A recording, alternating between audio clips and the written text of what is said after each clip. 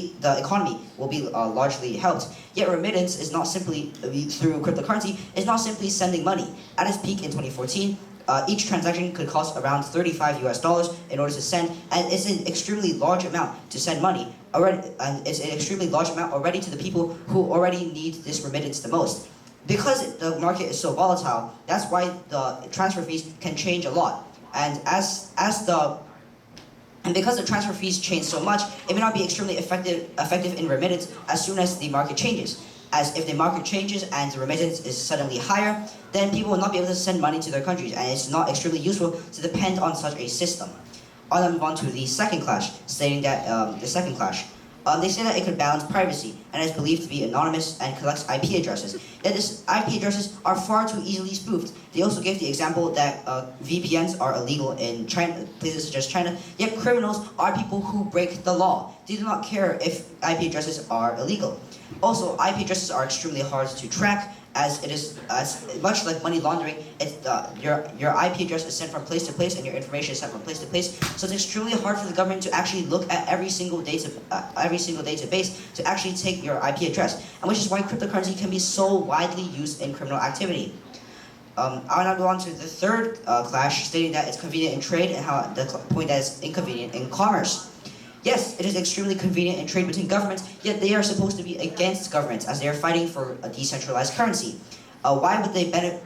They stated that it benefits many governments and many association banks, as they can easily send money from each other. Though this strictly is not very true for people who are normal people who are actually trying to purchase things. Cryptocurrency is not accepted widely at many different places due to the extremely complicated taxes that are used, and how so many other people use credit cards and cash, which makes it far easier for people to actually pay using those forms. For example, if you went to a restaurant, you most likely will not be able to use Bitcoin to pay for your food, as it is not widely used, and that's one of the biggest problems with Bitcoin during the status quo, which we are arguing on, and which is why we believe that cryptocurrency should not stand. Thank you.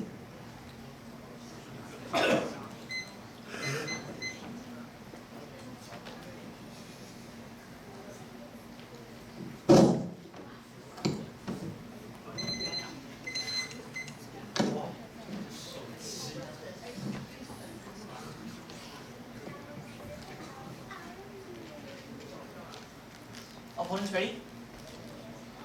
Judges ready? My time starts now. To summarize, allow me to recap our points first. First of all, our first point is that cryptocurrencies are unbanked. Second, cryptocurrencies help encourage economic development, and our sub-points are cryptocurrencies are unbanked and they can be remitted. Last, they are able to help us corrupt the governments. Our second contention is that cryptocurrency balances transparency with privacy. Our last contention is that cryptocurrencies are convenient when trading across continents. To summarize our framework, again, our framework is that this debate will be judged to what extent do cryptocurrency help maximize personal gain. And to move on to the clash points we had in this debate. So cryptocurrency, as you said, are a short-term solution, and it's better to strengthen political views. But cryptocurrency aren't short-term. They are insolvent and balanced to its volatile and its nature, and solution to both beneficial in the short run and the long run. And there is no doubt that cryptocurrency and its platform does have many illegal activities. But however, it is to doubt in whether cryptocurrency causes crime or is simply a way for crime to conduct, in which it is believed that criminality is irrelevant because cryptocurrencies do not cause crime. You also mentioned cryptocurrency cannot be tracked, and fiat currency can be tracked. But however, cryptocurrency can be tracked using metadata. Even on platforms such as Monero and Alphabet, governments are still able to track the data of users and their transactions. If they weren't incapable of tracking criminals, why would you even have your examples? So, and you also mentioned bank accounts have liability, but with crypto users, there is no fear in being hacked because all example that was given given in relative terms of hacking targets money in countries rather than individuals, which does not lead to our framework, the personal gains of individuals. Another clash point is in concern of the volatile nature of Bitcoin. First of all, now counting stablecoins, there are so many forms of cryptocurrency that are not volatile. So I believe your rebuttal in the change volume is valid. Also, just to clarify, our opponents do not have clear examples of how assassins and the statistics of Bitcoin users function, and seeing that they cannot get the source in which they found the evidence. And to refer back to my point concerning metadata and the IP addresses, the opponents clearly stated that VPN are capable of masking IP addresses, and the criminals are willing to break the law as they are criminals. But what you did not mention was, apart from criminal activities such as drug dealing, you did not mention, as you mentioned in your rebuttal speech, how acts of terrorism and, as I said, acts of assassination happen. So, in my belief, that the only consequences from concealing metadata and criminality in cryptocurrency exchanges was the exchanges in money laundering, as I see, and exchanges in drug dealing. Thank you.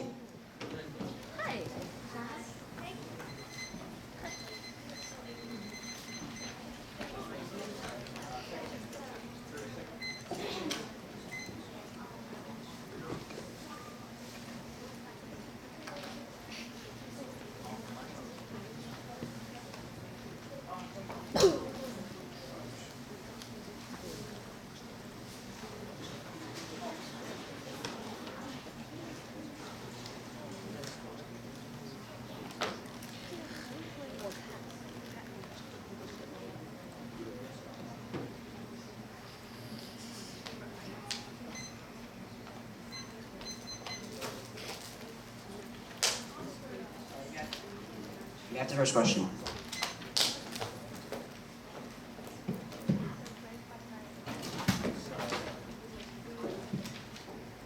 So we asked the first question, right? Yeah, you may have the question. So we say the first question. Sorry, no, you may have the question. Okay. So just to clarify on the point where we stated that your evidence does not have a source, do you have your source now? Sorry, I believe that currently the Wi-Fi isn't working, so we can get that to you during our prep time. Right. Do you have a question for us? Yes, I do have a question for you. You stated that cryptocurrency can be used to fight corruption, though cryptocurrency can actually help fuel corruption, such as the 2017 WannaCry attack, which is actually thought to be done by the North Korean government.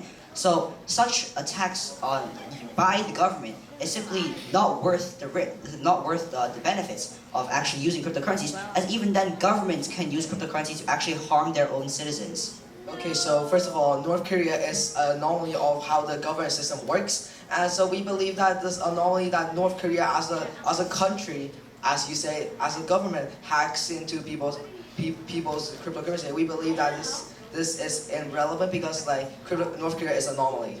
We believe is our question. Yeah, you may have the question. Right. So examples of VPN metadata and the acts of terrorism. Do you have any evidence to support that acts of terrorism and acts of assassinations are conducted behind VPN using VPN? Cryptocurrencies are utilized heavily in illegal activity, and therefore we can assume that anything that can be purchased on the dark web, which is almost anything illegal, can actually be purchased. Can you answer the question directly? No, can you answer this question directly? Do you have any evidence proving that you're saying is true? Sorry, no. But we do have evidence that drug dealing is highly present in cryptocurrency, and which is why we still believe that no matter the crime should still not exist in order to benefit personal gain, which is the framework. If crime still exists on the earth, we should take steps to end it. And even if there's less crime, ending crime is still something that we need to do. So just get me right. So you have no evidence to support that VPN is used in cryptocurrency trading. Yes, but we do have evidence that it is used in drug trading. So in reference to a point about the environment and the carbon emissions and the electricity produced, we have evidence here showing that even Bitcoin mining can consume 0.3% of all electricity globally. In absolute terms, it is the same as all amount of energy consumed by electronic device and off-mode in US alone. So what is the impact radius of the emissions and the electricity produced by cryptocurrency?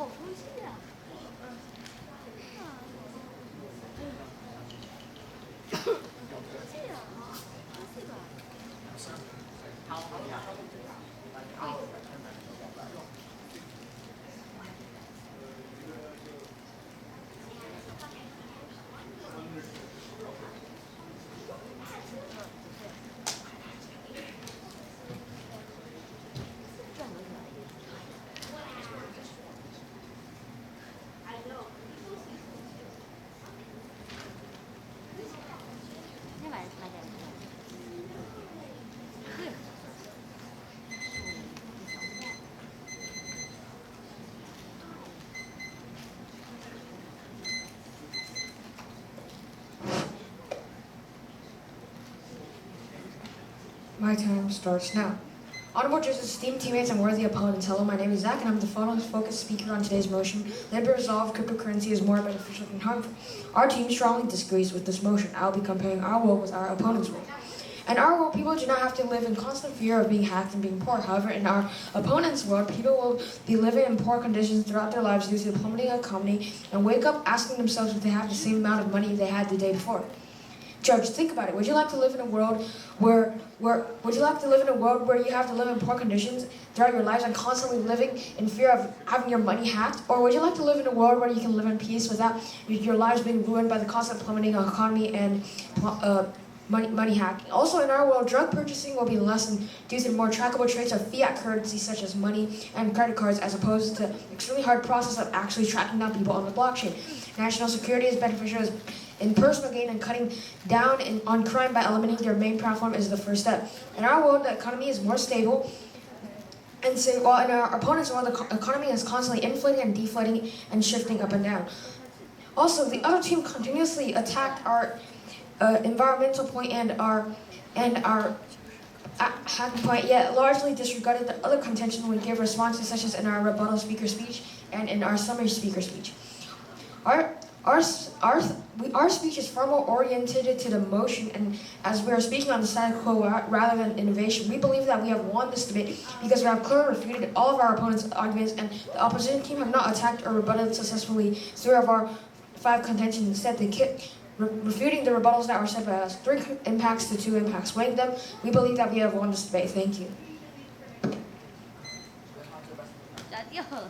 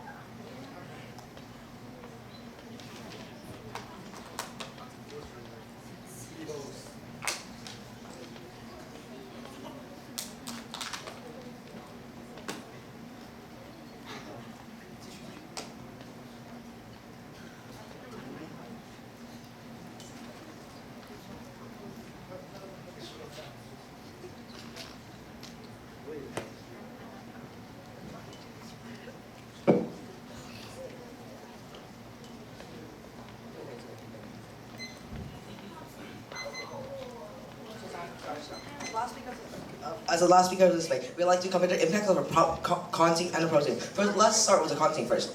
Their contentions was about illegal activities, security, and mining process, and the framework is benefiting in society. What is the impact of illegal activities? It so happens even without cryptocurrency, as this happens in a big society. And their point about security. However, we believe that technology will be safer and safer and safer as technology has improved significantly in the last century.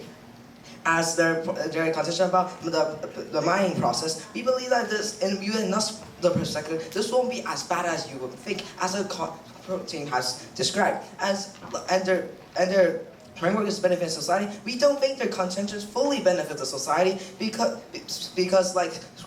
crime and things so happens in their society. We don't think that this have a proven framework. However, in our contentions, economic development, corruption, personal gain, which is our framework, and convenience, this clearly proves that you're benefiting yourselves from cryptocurrency, as you can prevent yourself from corruption of the government, such as 2008 financial crisis, and convenience. You can transfer your money across continent in 3 minutes, other than traditional banking system, which will take you up to 3 days. And I'd like to add on that the con team has evidence that they cannot find. We have asked them evidence which they cannot show us, such as using 78% Bitcoin users have been hacked, and the evidence about hiring people to assassinate anyone. As I would like to ask you, Judge, since the opponent has majorly talked about Bitcoin, Bitcoin is invented in 2009. So, Judge, one question: do you think 10 years ago is a safer place, or 10 years or now? Because if they think that Bitcoin is so bad, so Judge, you must think that 10 years ago is a better place to live in, but not. The world have been more advanced. The world have been more secure compared to 10 years ago. Economic has developed, such as China. China has developed significantly during the last 20 years. Thank you.